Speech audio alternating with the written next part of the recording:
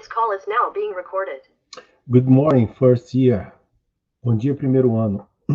Essa é a nossa aula da segunda semana da quarta unidade, ok? Conforme combinado em sala de aula, eu avisei que ficaria uma aula aqui um pouco mais rápida do que a gente faz em sala, apenas para a orientação de vocês em relação a como estudar o conteúdo da semana 2 e a atividade que deverá ser desenvolvida, ok? Então, vamos começar logo aqui, partindo para o nosso caderno de apoio, né? Ele vai chegar aí para vocês. Caderno de apoio, pronto, chegou. Bom, no caderno de apoio, a gente veio na aula e na escola até o Explorando a Trilha. Aqui no Explorando a Trilha, a gente tem alguns vocabulários, né? Os conectores, and e but, que a gente utiliza para ligar uma frase, uma sentença a outra. O and, utilizado quando eu quero expor a ideia de que eu estou adicionando coisas, e o but, que é o mas, que eu uso quando eu quero, numa segunda sentença, contradizer o que eu disse na primeira. Basicamente é isso. Temos aí também um vocabulário para emojis, né? Utilizando os feelings, os sentimentos. Nós fizemos isso na unidade passada, né? Eu trabalhei, na verdade era para ter trabalhado só os sentimentos, eu trabalhei sentimentos associados a emojis, foi uma atividade que nós fizemos, então não vale a pena dar uma passada nisso. As placas e os avisos eu mostrei em algumas salas de aula, então aqui nós temos, são placas e avisos comuns no mundo todo, tem em língua portuguesa também, e aqui nós estamos vendo em inglês, que seria signs warning, placas e avisos, né? E aí nós temos, não vou traduzir a parte em português, né? Beware, stop, no trespassing, no smoking, no parking, no returning, no left run e no right run, ok? Eu mostrei algumas placas para vocês, inclusive mostrei até outras, né, como as placas de toxic, de risco biológico e tal. Temos também aqui um pequenino vocabulário a respeito das palavras mais usadas agora nesse período de pandemia em relação ao Covid-19, né? Nós temos ali o outbreak, que seria um surto, disease, que é doença, qualquer tipo de doença, não especificamente o coronavírus, né, a Covid, mas qualquer tipo de doença. Pandemic, que é cognato, dá para saber o que é. Contagious, também cognato. Crowding, que tá muito, o pessoal está usando muito, né, agora, aglomeração. Nós temos caught, que é um dos sintomas da Covid. Na verdade, é um sintoma da Covid, de qualquer tipo de gripe, né? Sempre está associada. Temos ali headache, né? Que a tradução vocês estão vendo aí, e eu gostaria de chamar a atenção que a palavra ache, no final, né? A-C-H-E, ache, é dor. Então, quando você associa essa palavra a uma parte do corpo, indica que você está sentindo dor naquela parte do corpo. Aqui no caso, headache, head, cabeça, ache, dor. E fever, né? Febre, é a nossa última. No Resolvendo os Desafios da Trilha, eles pedem para que faça uma atividade aqui que você pode até exercitar em casa, tá? É só ler a instrução no Resolvendo e pode fazer como treino, ok? Isso não foi cobrado na atividade de vocês. Na trilha sua, coloque a mão na massa. Nós temos ali uma solicitação para que vocês façam uma exposição através de desenhos de avisos e placas, né, ou montagens de avisos e placas, com as palavras que você aprendeu no vocabulário em inglês. Também não foi solicitado fazer essa atividade, certo?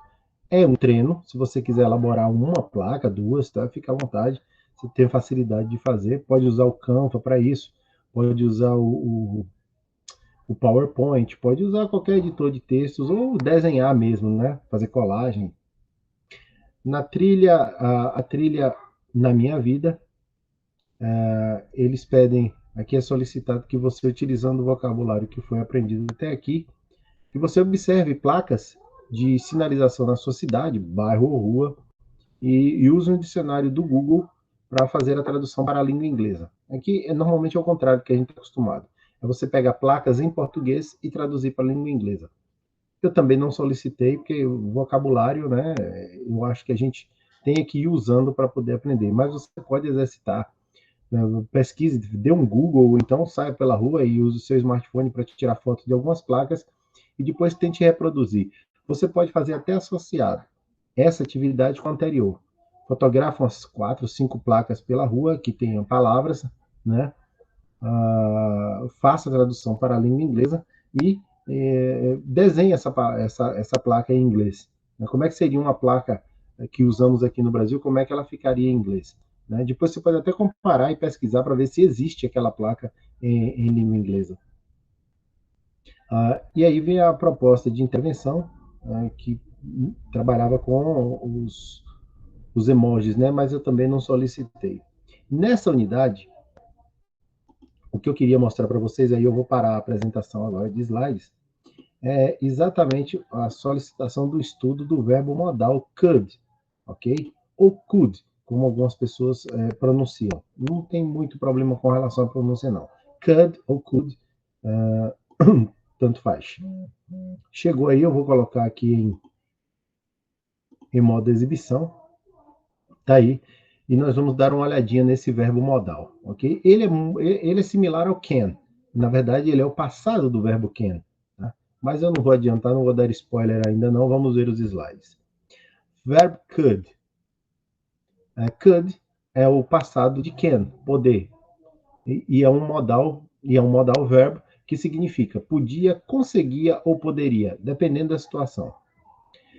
Quando usar o verbo could ele é utilizado, assim como o can, para indicar uma possibilidade, uma capacidade ou habilidade, uma permissão e um pedido. Quando usar o verbo could, o verbo modal could tem como principal função auxiliar o verbo principal na frase. Então, nós temos um verbo principal, que é o verbo de ação, e o could, ele entra para auxiliar, ok? Como o could é o verbo can no passado, na maioria das vezes, could é utilizado para fazer referência a ações passadas. Coisa que eu podia, que eu poderia, que eu conseguia fazer. Vamos dar um exemplo aqui. O verbo could como capacidade. I could ride a bike when I was free. A tradução está aí embaixo. Então, eu estou falando de uma coisa que eu podia fazer. Tá? Ou que eu conseguia fazer. Quando ele expressa a possibilidade, it could have been worse. Okay? It could have been worse. É uma possibilidade? Sim. Né? Podia ser pior. Ou como podia ser melhor. Né? Então, expressa a possibilidade. E aí dá a ideia de que essa coisa que poderia ter sido pior já ocorreu, ficou no passado. Expressa permissão. You could talk to the director. Tá aí a tradução. Também indica o podia, né? Ó, indicando que essa ação ficou no passado. E por fim o pedido. Could you do me a favor? Aí, nesse caso, ele não indica passado, mas indica uma maneira mais educada de você fazer um pedido, né? E é mais educado do que o can. Eu poderia dizer, can you do me a favor? Você pode me fazer um favor? Poderia falar sem problema nenhum. Mas eu gostaria de ser um pouco mais educado, então, nesse caso, eu usei o could, ok? Aí ele faz uma observação. Observe que o uso do verbo modal could tem impacto direto no significado dos verbos principais. Na primeira frase, por exemplo, sem o uso do could, o verbo principal seria ride, que significa apenas andar de.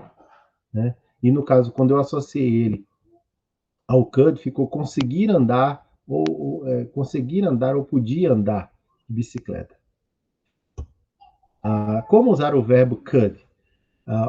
Como é um verbo modal, could vem sempre acompanhado de um verbo principal, no infinitivo sem o to.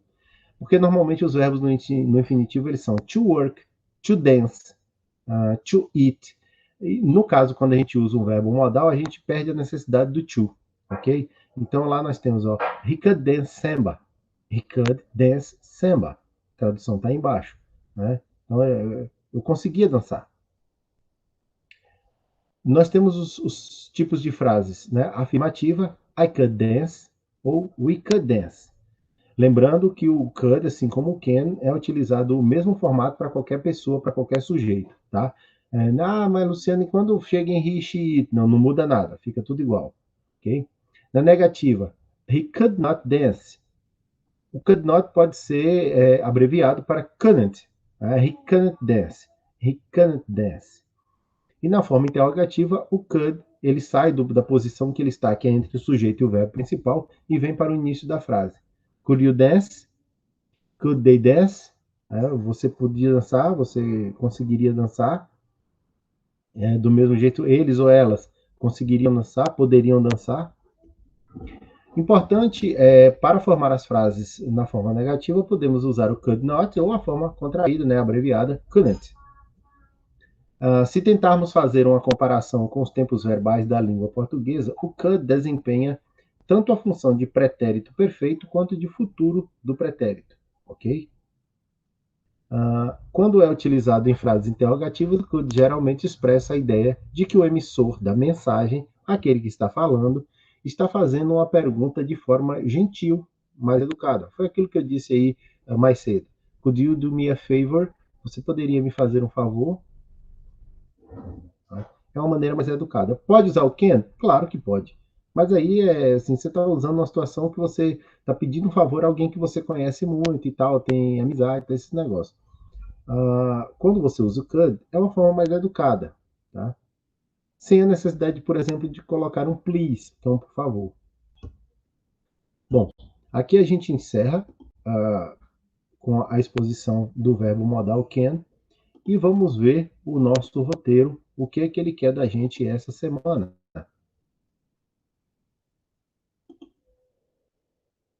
Ele vai aparecer aí para vocês.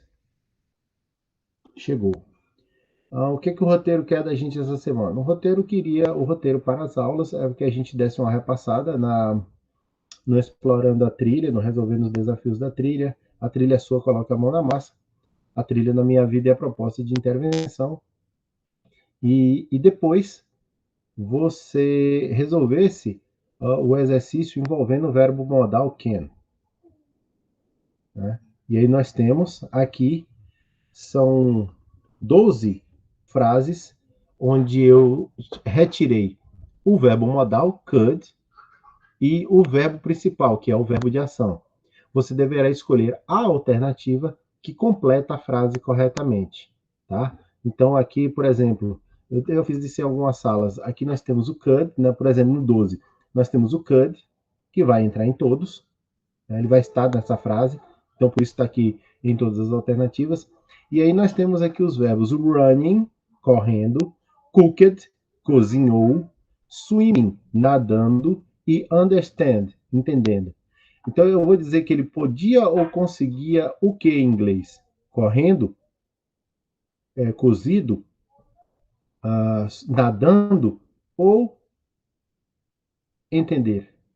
Então eu vou dizer que ele poderia ou conseguiria correndo, cozinhado, ou cozido, nadando ou entender.